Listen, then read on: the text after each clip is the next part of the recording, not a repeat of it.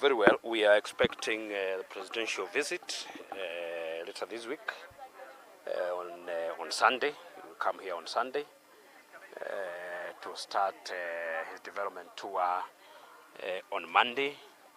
We have a series of meetings, development meetings. We are not coming here to do politics. We are specifically coming here for work, to inspect the ongoing projects, to launch construction of roads, water projects, electricity projects, affordable housing projects, and so forth and so forth. And it will be a very busy week for the head of state. And we expect him to tour all the counties in the mountain, and people are waiting for him because especially, for example, in Madeira, here where we are, we have very many projects that are going on, and many others that we expect him to launch, to commission, and others to launch. Especially we have the Keno Marwa dual carriage that is ongoing very well. It has been allocated resources. The section between Karatina delayed because we needed around 2 billion for compensation. President William Ruto has assisted us, and we have gotten some funds to compensate the people who were affected with the construction. So those people are going to be compensated. The road is ongoing. We have the Mau Mau roads, which is going to connect the counties of Kiambu, Murang'a, Nyeri, and Nyandarua. That road is ongoing very well. It has an allocation of around 5 billion. The contractors are on site. The road is ongoing. We have other projects like affordable housing, Nyeri town.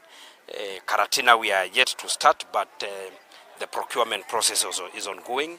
So we have so many projects that the president is coming to inspect: road projects, water projects, affordable house projects. And we are happy, and we are going to receive him because he is going to stay here for a whole week. Not for politics, but inspecting projects that are going on. Want him to visit during Christmas. This is the right time. The president will visit any corner of this nation at any time. There is no given time where it is prescribed that this is the right time for president to visit. Why is it not the right time? It is the right time. It is the right time. The president will visit this mountain anytime he wants and anytime he wishes. And no one is going to stop the president from visiting this region. He is the president of the Republic of Kenya, and he is going to reside here in Madeira. The state lodge is here in Madeira, in a village called Wamunyoro. That is where he is going to spend a whole week touring this region. So it is the right time for the president to visit this region for development, not for politics, for development. No, the billboard was not put with public funds. It's my own money, so it's not public funds, and I can do whatever I want with my money. The only money I cannot use for my personal issues is public funds, but my money, I do whatever I want with my money. So I put a billboard welcoming His Excellency the President, and I don't think there's a problem with that. That's a small matter. Yeah, we saw the President hosting governors from Central Kenya at State House. It is unfortunate that our governor from Nyeri County did not attend that meeting. That meeting was not for planning politics. They were not discussing politics. They were purely discussing development in the counties that are in Central Kenya. So Governor Mutahi did not attend. He did not give reasons why he did not attend. And as Nyeri people, we are very saddened and disappointed in Governor Mutahi Kahiga because when you are called by the head of state, you leave everything else you are attending to, and you attend to the meeting called by the head of state, because there is no one else in this country can call you for a meeting when the head of state has called you for a meeting. So as the people of Nyeri, we are disappointed. Our hospitals have no drugs. Our roads that are supposed to be taken care of by the county government are in a bad state. So we expected the governor to at least attend that meeting to have a conversation with the president with regard to the development of Nyeri County. We are not, we are yet to receive the funds to do the industrial park in Nyeri County. So the other day I saw the governor complaining that he has not been allocated funds from the national government. It is because he does not attend some of these meetings where those things are discussed. So it is him to blame why other counties like Murang'a, Kirinyaga, Embu are enjoying development, while in Nyeri we cannot show anything that governor has done for the last 8 years.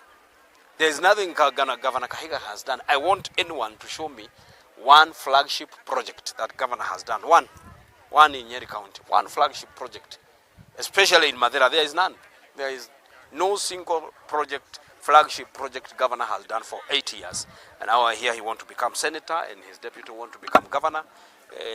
All they are interested in is politics and saying, come and buy and buy. No, I want to ask all leaders that this is time to work, not politics.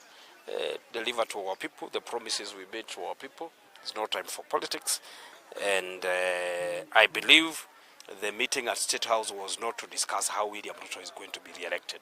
It was to discuss about Nyeri County government, Nyeri County development, and we wanted to see Governor Kahiga there, and then he go back to his usual politics. But development for the people should always come first. Nimeshukuru sana. Ni kweli wakati tulikuwa nafanya campaign sisi wote, hata mimi ni pia na ahadi mingi sana. Nikaambia watu nitajenga barabara, tutamwekea maji, tutaangalia mambo ya hospitali. Hiyo vitu yote tulisema. Na president alisema hivyo Kenya mzima. Not only Uthaya. Not only Mount Kenya, the whole country. Alisema atajenga barabara, ataangalia hospitali, ataangalia stima na ataangalia mambo ya masomo. Na kusema ukweli, hiyo mambo mingi president amefanya. Lakini nataka kuuliza swali moja. President alisema hizo vitu atafanya na miaka gapi ama siku gapi? Mtu akipewa kazi anaangaliwa akifika nusu ama akimalizia kazi. President amefanya kazi miaka 2. Na hiyo miaka 2 tumeona ile kazi president amefanya hapa Uthaya. Na mimi nataka kuuliza tu watu wa Uthaya. Pale mimi najua. Waniambia kitu moja president aliwaahidi. Kazi yake haijaanza. Sababu ile vitu yote president aliahidi. Hiyo kazi ilianza. Mambo ya hospitali, Mwai Kibaki Hospital.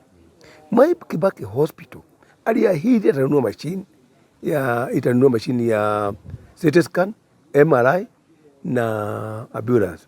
Lakini ikawa hii Mwai Kibaki Hospital ni ya Kenyatta. Akasema iwe gazetted, ipewe bodi yake ili inunue hiyo vitu ikuwa ya Mwai Kibaki. Na amefanya hivyo. Iko na bodi sahi. Kwa hivyo kwa budget sasa Mwai Kibaki itapewa budget yake inunue hiyo vitu yote. Kwa hivyo nataka kuambia watu wa Uthaya, hii mpango ya Mwai Kibaki president anaipanga, na ndio sababu imekuwa gazetted.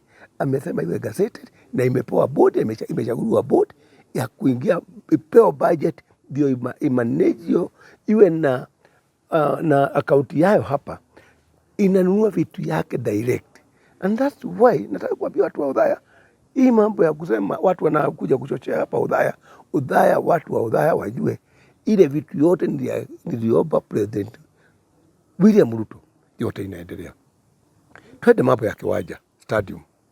President aliahidi stadium itengenezwe.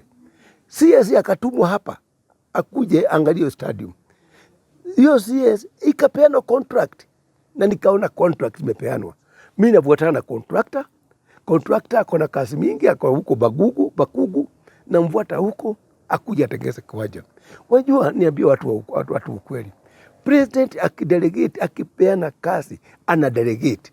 President anakuja kufanya ni wale watu wake. Saa hizi wewe kwenda kwa president kumuuliza mambo ya kiwanja, nitaenda kwa CS. Na jana tulikuwa kwa CS.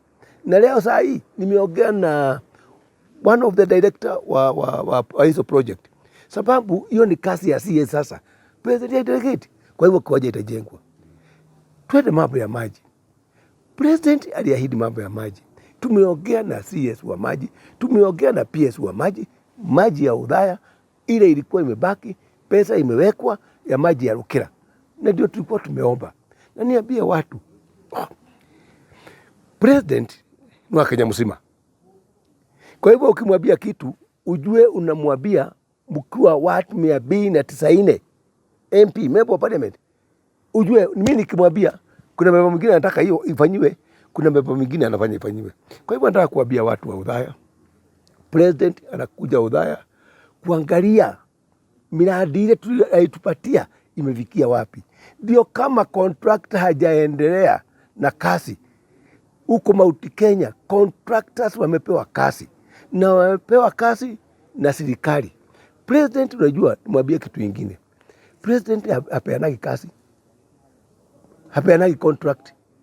President kudelegate ana delegate. Tunataka kazi ifanyike. Kwa hivyo tuulize watu wa ministry kwa nini kazi ifanyike. Na ndio president anakuja kuangalia hii kazi yetu ya Mount Kenya inaendelea mzuri ama imefika wapi. Ndio sababu wanakuja. Na unajua watu wengine walikuwa nasema Mount Kenya.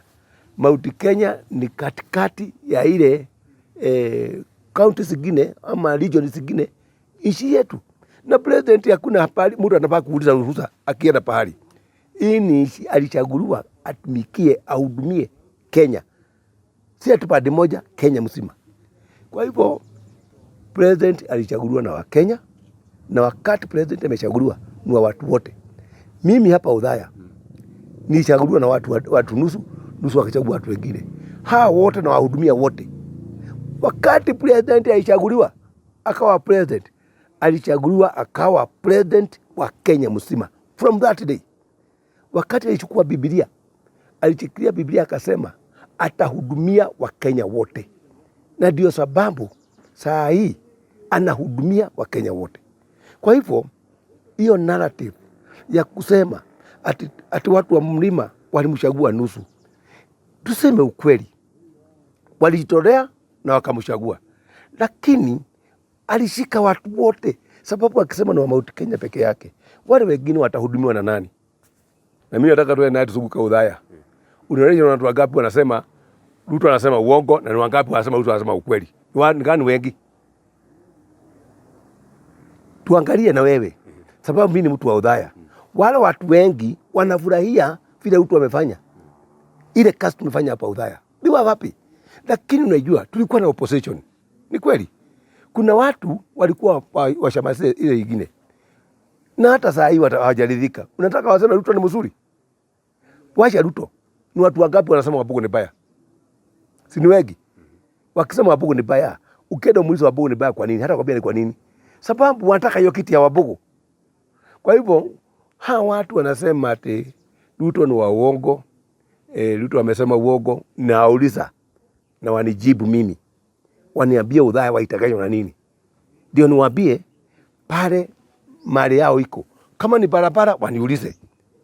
Ile barabara wametaganywa nayo waniambie hii wametaganywa na Ruto.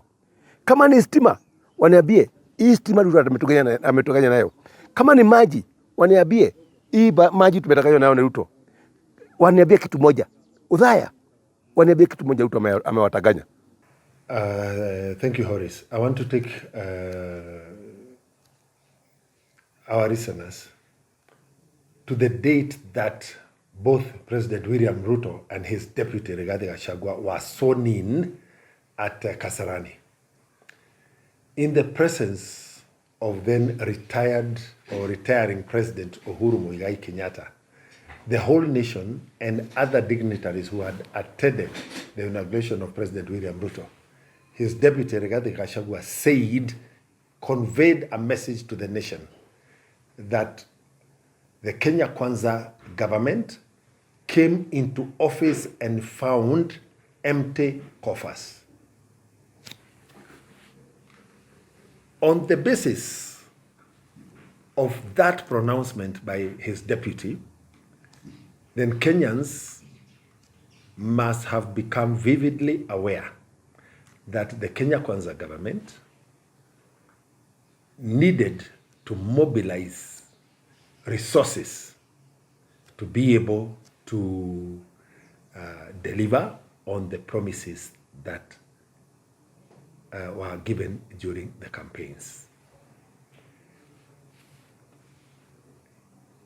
Among the issues that were clear in the minds of Kenyans was the debt burden left by the Uhuru administration for the country to figure out. The issues of the Euro board and other monies owed. The whole of that first financial year, 2022-2023, the resources raised by the Kenya Kwanza government largely went to debt servicing and restructuring. And therefore, in the absence of any other resources generated within the country, the government was not able to achieve much in terms of its development projects. However, in the education sector, 56,000 teachers for junior secondary schools, grade 6, grade 7, were employed. And therefore, in terms of what the question of achievements, the employment of 56,000 teachers across the country, and it happened in every constituency, is one of those achievements. The other one, which may not be visible to the ordinary people, was the payment of Kenya's debts owed to the international community and even locally, because Kenya did not default. In the second year, in an attempt to raise money for development, came the infamous Finance Bill 2023-2024. No, 2024-2025, which again, Kenyans loudly said that they did not want the finance bill.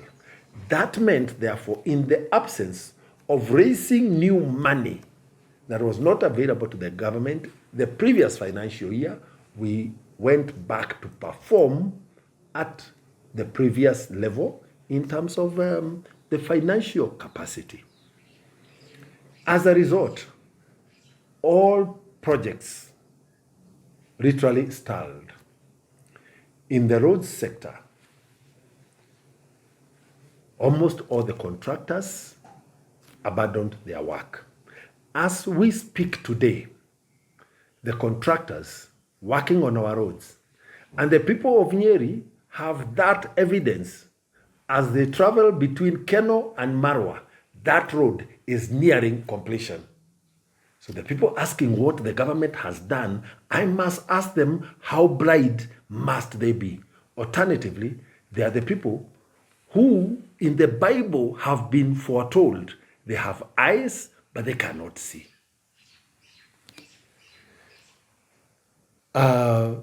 We came up with the affordable housing projects. In Nyeri town constituency, we have 2 affordable housing projects. At Brew Valley and here in Roringo. The Brew Valley project, the 3 blocks of 11 floors each are at 4th floor. In Roringo, the 4 blocks of 11 floors each are at the 3rd floor. And therefore, everybody knows that you do not plant and reap the following day. We have a period for work and promises to be implemented. The required resources, even when you have prepared your farm, you cannot say you have planted until you have gone and bought the seeds. And therefore, we are in the process. Today, in the road sector, virtually all the roads that were being constructed under the Chinese contractors, President William Ruto and his government renegotiated financing with the Chinese government, and a total of 42 billion shillings was released. Today, if you leave Nyeri town and go to, as you head to Karatina, at the place called Ihigaine, you'll find a road there that is complete. If you go to Mukurweini, you'll find a road under construction. If you go to Kieni, from Kanyagia, as you go towards Watuka and Darasha, that road is ongoing. And therefore, we can give examples across the counties. In Nyeri, in this area where my office is held, known as Rolengo Urban Area, we have a perennial shortage. Rolengo Urban Area has no school. It has no public primary school. Under the affordable housing project in Rolengo, when the president comes to Nyeri town, he is going to lay the foundation stone for the construction of the first public primary school for residents of Rolengo. So even those who do not want promises, they cannot take away the desire of Rolengo residents to have a public primary school. The students in this ward, in this area, have to travel to the town center at either DEB, Nyamachaki, or Githwariga. Or they have to travel to the neighboring, those three schools are in Rware ward. Or they have to travel to the neighboring Katito Morogoro ward to Riamukurwe or Dhongoma. Or the kids have to walk 3 kilometers from here to Chorongi or Kwaderi Primary. So there are people who have decided that unless what they want has been done and done the way they want, nothing is happening. Rolengo Stadium was inherited from the Kenyatta administration. I called the Minister for Sports, Ababu Namwamba, to Parliament to answer the question on Rolengo Stadium. In that stadium, under the Kenyatta administration, a total of 307 million was consumed. That money did not go into Rolengo Stadium. Those who were in government then, including the former member of parliament and his brother, who was the CEO of the sports fund where the money was coming from, are the people who should give the people of Nyeri answers. Today, we took time to terminate the contract of the contractor who was then awarded Rolengo Stadium. The termination has been done. We are in the process of floating a new tender.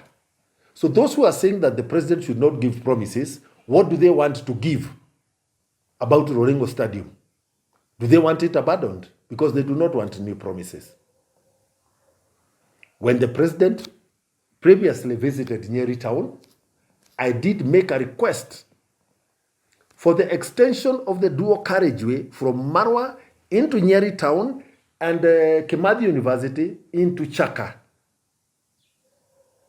The president gave instructions to the Kenya National Highways Authority to undertake the design of that road so that then it can be costed. Are those people saying that the Nyeri people should not be given the progress on that request that I had made on their behalf? There are people who have become hell-bent in stopping our government from performing and from delivering. Unfortunately, they will fail. There are people who have become hell-bent on ensuring that this region does not achieve any development in the 5 years because they want to become detractors. Every government gives promises. And we are at the mid-term. So what we should be asking is the review of the scorecard. Currently, in the health sector, we are implementing UHC. As we speak today, the government is in the final stages of signing an agreement, a financing agreement with the World Bank that will secure the supply of medicines and other medical supplies to the health centers and dispensaries across the country without exception for the next 5 years, so that anybody seeking treatment at those lower level facilities where most Kenyans are treated will no longer fail to get medication. So when you say the government should not promise, what is it that you'd want them to do? They must be able to answer that question. They are very good at criticizing. They have never offered any single alternative to what should be done. As Kenyans, we must all desire, irrespective of who will get back to power in 2017, that the country should have improved. In Nyeri town, I am also pushing for 2 water projects. The people of Kiganjo, the sub-location of Kiganjo and the sub-location of Gashika, have a project known as Wange Kanuna Irrigation Water Project that they have been pursuing since 2006. To date, they have never succeeded in completing the construction of the main pipeline. As we speak, the national government has accepted to take over that project, and we are in the tendering process. Why would anybody not want the people of Wange Kanuna Irrigation Water Project not to be told by this government, by President William Ruto, that my government has found money and we are taking over the burden that this community has struggled with for the last 19 years? The people who are asking for those things, who are driving that conversation, have projects in their constituencies that they were pursuing when they were in power. For the 2 years that they were there, because they were more senior, they ensured that those projects were unlocked. Why would they not want the same thing to happen for the other constituencies, where they never said a word to support the development in those areas, yet they claim to love the people of this county, the people of this region? I am confident that in the remaining 2 years of President William Ruto's administration, the desires and the promises that I made for Nyeri people, that I will work much more better than the leaders who have been elected before me, that I will be able to deliver that reality. Today, the Nyeri National Polytechnic has a capacity to admit 13,000 students. But we have a shortage of tuition blocks, workshops, and students' accommodation. Yesterday, the government advertised under the affordable housing the construction of a students' hostel at the Nyeri National Polytechnic to accommodate 1,680 accommodation units for the students at Nyeri National Polytechnic. That will help us inject another 3,000 students into Nyeri town, improving the economy of Nyeri town in terms of what the students consume, in terms of expanded space for workshops, in terms of employment for TVET lecturers. Why would people not want the president to give that promise? Kagumo Teachers College. Again, another students' accommodation for another 500 students. That means we will admit into this constituency another 500 diploma student trainees who will consume in the 4 years, in the 3 years of their training, contribute to the Nyeri economy. I fail to understand the mentality of the leaders who are detracting this government from delivering. At the Nyeri town center, we have a market known as Mudavadi Market that was constructed during the Kenyatta era when Mudavadi was the minister for local government. I have sourced 328 million to upgrade that market from what is there today into a 3-storied market that would accommodate 1,000 plus traders with a social hall, with an ICT hub.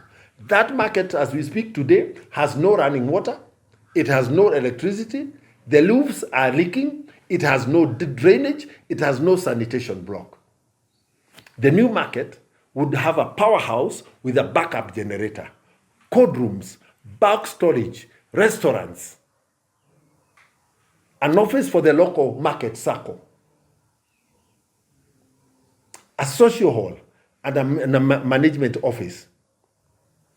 But because the people who are leading Nyeri today are of the mentality that it doesn't matter whether you develop, whether you have development projects, that you will not be elected in 2027 unless you have the blessings of somebody who has said they have even written a political will for the region. They have opposed the construction of that market. And that is why the governor Nyeri refused to attend a function at State House yesterday. That governor Nyeri, at Whispers Park, we have an existing chief's office, which is the most dilapidated. And I challenge you, Horace, when you live there, please go and take a photograph of that Rwanda chief's office.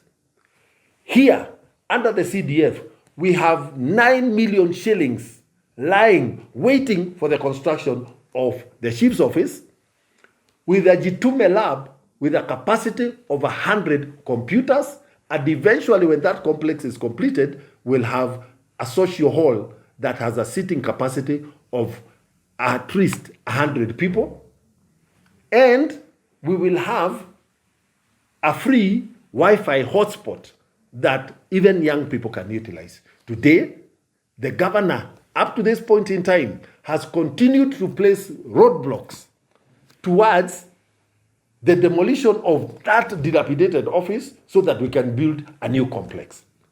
Apparently because it doesn't matter whether you deliver development, you will not be elected. Who tells them?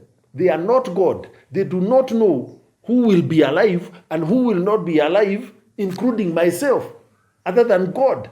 Allow the things that can be done now to be done.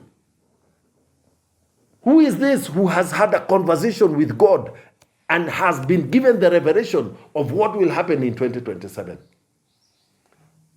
Why don't they allow the young people of this town to get a facility for online jobs free from their government, using money for the constituency development, money dedicated to this country?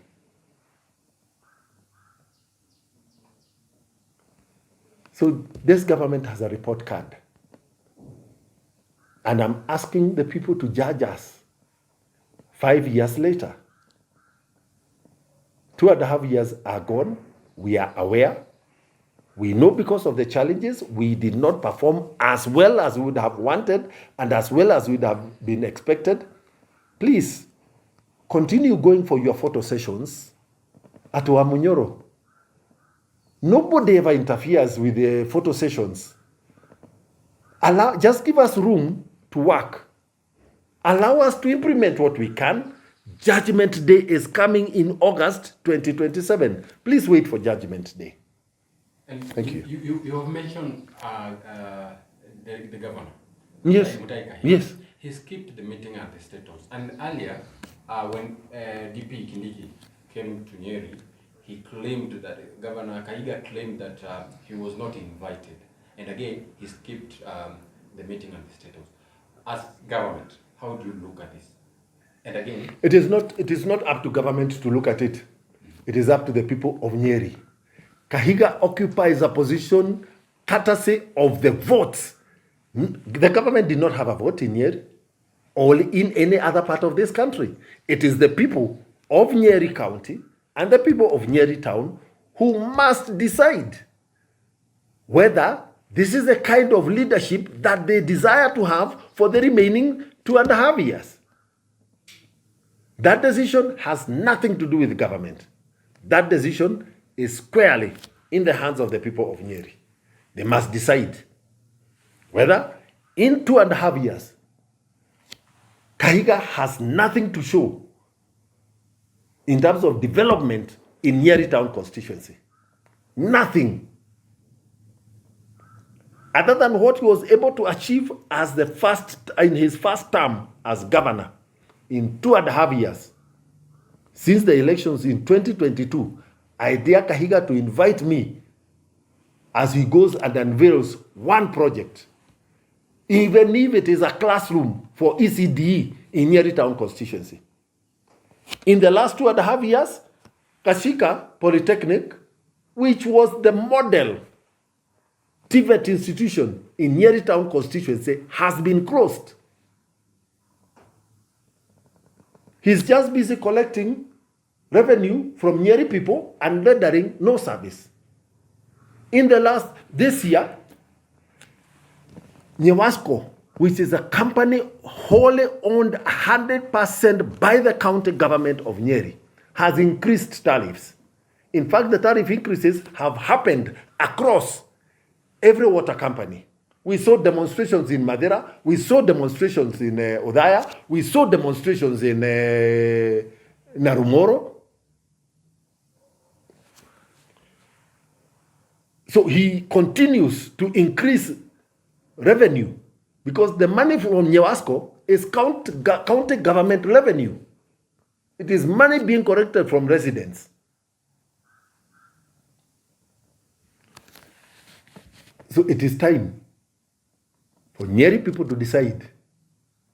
As Kahiga likes saying, kama baya, baya. In terms of then who continues to occupy the position of Governor Nyeri for the remaining 2.5 years, I tell the Nyeri people to decide.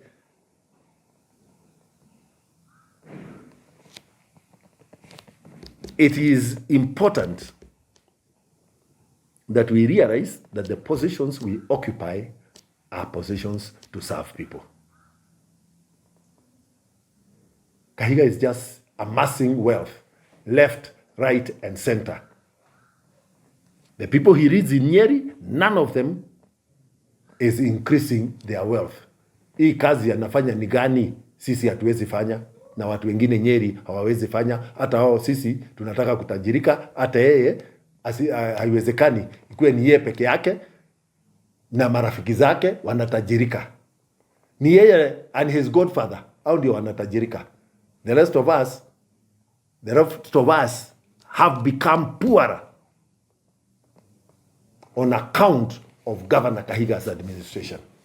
And that is why they are the people behind these conversations. When the president went to Nyanza, he gave promises and people appreciated. When the president went to the coast, he gave promises and people appreciated. When the president went to Northeastern, he gave promises and people appreciated. The president has been in Nairobi, he gave promises and people appreciated. This seed of telling our people not to appreciate will come to haunt us some years to come, including our local leadership and our local development. I'm urging us to think twice in terms of the direction that we are trying to take this region. In Edding, when people were told and cautioned against joining Pastor Mackenzie and his church in Shakahola, they never listened.